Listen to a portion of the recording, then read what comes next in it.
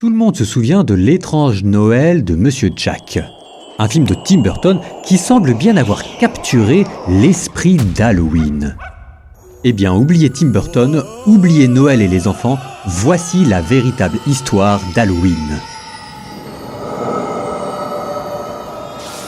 Toutes les civilisations ont des fêtes pour s'approcher de la frontière qui sépare le monde des vivants du monde des morts.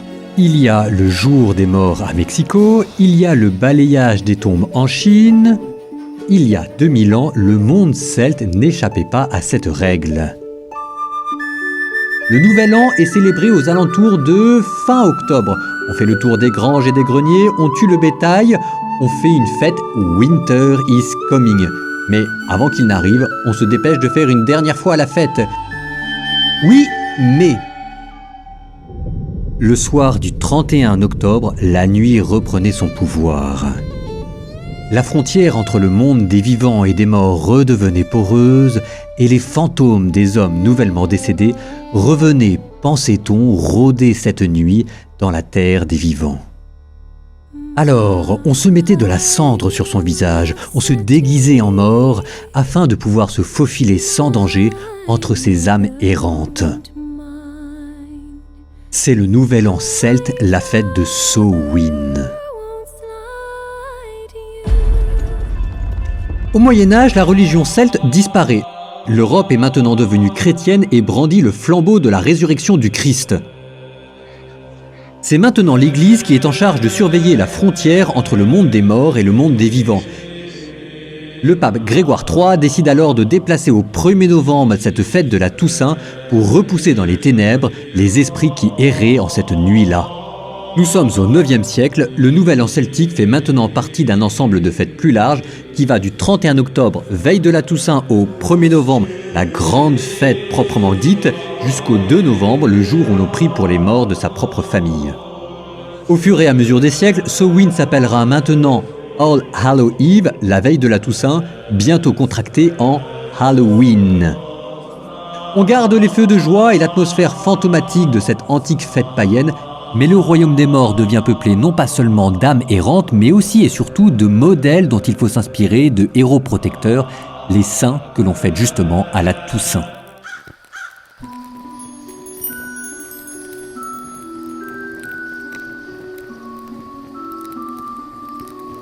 Halloween, à l'origine, c'est une fête celte. Et qui dit celte dit Irlande, le pays celtique par excellence. À l'origine, la citrouille orange américaine était en fait un navet blanc irlandais. Peut-être moins appétissant, mais ce n'était pas n'importe quel navet. C'était celui de Jack la Lanterne. Nous sommes dans le folklore chrétien et irlandais du Moyen-Âge. Jack la Lanterne est un soulard. Et entre 2 pintes de Guinness, il arrive à vendre son âme au diable. Mais, rusé et saoul comme il est, il parvient à duper le diable. À sa mort, Lucifer l'attend devant les portes de l'enfer, mais il parvient à faire casser le contrat et il échappe au diable. Mais le paradis ne veut pas non plus de lui.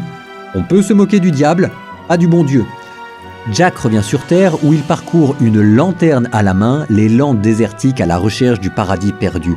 Et cette lanterne, c'est un navet qu'il a creusé pour y mettre le feu de l'enfer qu'il vola à Lucifer. C'est ce déguisement que les Irlandais vont reprendre à la Toussaint afin d'échapper, comme Jack la Lanterne, aux mauvais esprits et aux démons.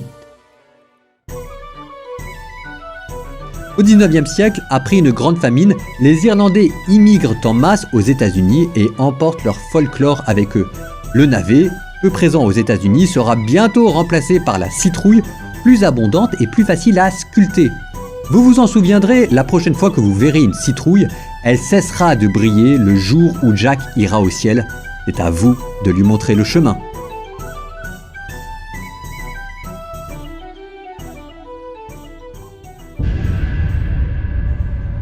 Tout le monde connaît cette phrase, tricks or treats, un bonbon ou un sort. Eh bien à l'origine, les bonbons étaient en fait des gâteaux que l'on offrait pour les âmes du purgatoire, les soul cakes.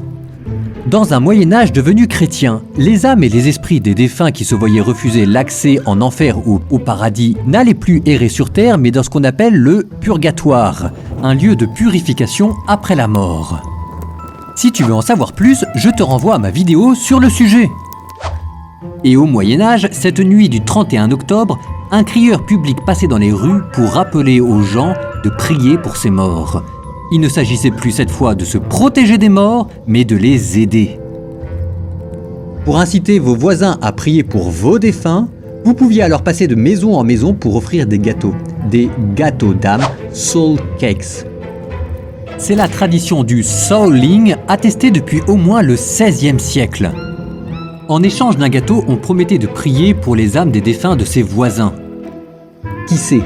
Peut-être quand vous mangerez votre gâteau pour Halloween, ce sera l'occasion de faire une prière pour votre grand-mère ou les défunts de vos voisins qui vont sonner à votre porte. Mais si tout ceci nous permet de comprendre l'origine des friandises associées à Halloween, cela ne nous permet pas de comprendre pourquoi est-ce que Halloween est devenu une fête à ce point populaire. Une fête populaire ? Peut-être pas pour tout le monde. Cela vient probablement de la religion catholique. Enfin, elle s'en serait bien passée. Nous sommes au XVIIe siècle à Londres. Guy Fawkes était anglais et catholique, mais la couronne de l'Angleterre ne l'était plus. Courroucé par ce schisme, Guy Fawkes décide de résoudre la controverse théologique à coups de bombes et d'attentats. C'est la fameuse conspiration des poudres. Le 5 novembre 1605, Guy Fawkes est assis sur un baril de poudre, attendant sagement le passage du roi. Mais ce n'est pas le roi qui passe, mais l'armée. Guy Fawkes est arrêté, la monarchie sauvée, et le 5 novembre devient un jour de fête nationale. Année après année, on défile, on rit, on se moque, on fait des effigies géantes de personnages que l'on brûle en plein air, le plus souvent une effigie du pape. Et les quartiers pauvres en profitent pour rançonner les autres quartiers en menaçant de tout casser, une rançon ou du vandalisme. En se déplaçant aux États-Unis, le lien avec la Guy Fawkes Day se fait plus lâche. Il ne reste plus qu'une nuit de vandalisme au voisinage de la Toussaint, l'ancêtre de la nuit de la purge. Et c'est une mère de famille éplorée qui aura l'idée de demander à la municipalité de faire une grande fête avec une parade et un orchestre pour calmer les ardeurs des voyous et remplacer l'atmosphère de menace par une atmosphère de fête. Le Halloween américain était né.